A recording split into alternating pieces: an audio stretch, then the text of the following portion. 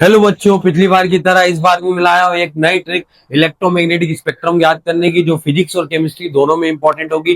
जब आप atomic structure पढ़ेंगे वहां पे आपको इलेक्ट्रोमैग्नेटिक पढ़ाया जाएगा, इलेक्ट्रोमैग्नेटिक वेव्स पढ़ाया जाएगा, काइंड्स ऑफ इलेक्ट्रोमैग्नेटिक वेव। इसको याद करना थोड़ा डिफिकल्ट होता है, इसके लिए एक सिंपल सी ट्रिक देखिए।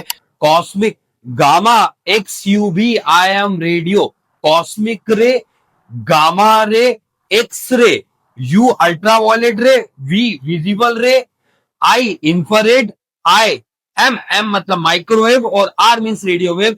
ये जो अरेंजमेंट अपन ने करा है ये वेवलेंथ के अकॉर्डिंग करा है, यानी जिसकी वेवलेंथ ज्यादा होगी उसकी एनर्जी कम होगी, क्योंकि आपको पढ़ रखा है कि प्लैंक की थ्योरी के हिसाब से एनर्जी जो है बंडल की फॉर्म में ट्रेवल करती है, यानी जिसकी एनर्जी ज्यादा होगी उसकी फ्रीक्वेंसी ज्यादा होगी। प्लैंक बताते हैं कि energy of photon is directly proportional to frequency, यानी फ्रीक्वेंसी ज्यादा होगी तो उसकी एनर्जी भी ज्यादा होगी, यानी उसकी वेवलेंथ सबसे कम होगी। क्योंकि हमने पढ़ रखा है कि E इक्वल एच न्यू, और न्यू को जब आप रिप्लेस करें न्यू इज इक्वल होता है सी अपॉन लेमडा। तो यहाँ पे जब आप सी अपॉन लेमडा देखते हो तो आप देखते हैं कि लेमडा नीचे आ गया और फ्रीक्वेंसी ये ऊपर, यानी एनर्जी जो है फ्रीक्वेंसी के डायरेक्टली प्रोपोर्शनल है, जबकि वेवलेंथ के जो है इनवर्सली प्रोपोर्शनल है। तो ये जो हमारा अरेंजमेंट होता है वेवलेंथ के अकॉर्डिंग होता है, यानी इसकी वेवलेंथ जो रेडियो वेव है इसकी वेवलेंथ बहुत ज्यादा होती है, यानी एनर्जी इसकी कम होती है, जबकि कॉस्मिक रे जो है उसकी वेवलेंथ जो होती है कम होती है, जबकि एनर्जी इसकी ज्यादा होती है। इसी तरह आपको विजिबल रे 6, 7, 8 क्लास में पढ़ाया जाता है कि जो विजिबल रे होती है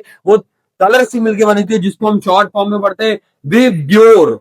क्या पढ़ते हैं? विबग्योर। विबग्योर में आपको मालूम है रेड कलर होता है, रेड कलर की मतलब वेवलेंथ ज्यादा होती है, यानी वो दूर तक जाती है। इसलिए आपको आपने देखा होगा जो बैक लाइट होती है का जो बाइक की बैक लाइट होती है, सिग्नल्स बनाए जाते हैं, वो सब रेड कलर के बनाए जाते हैं, क्योंकि उसकी वेवलेंथ बहुत ज्यादा होती है और एनर्जी बहुत कम होती है।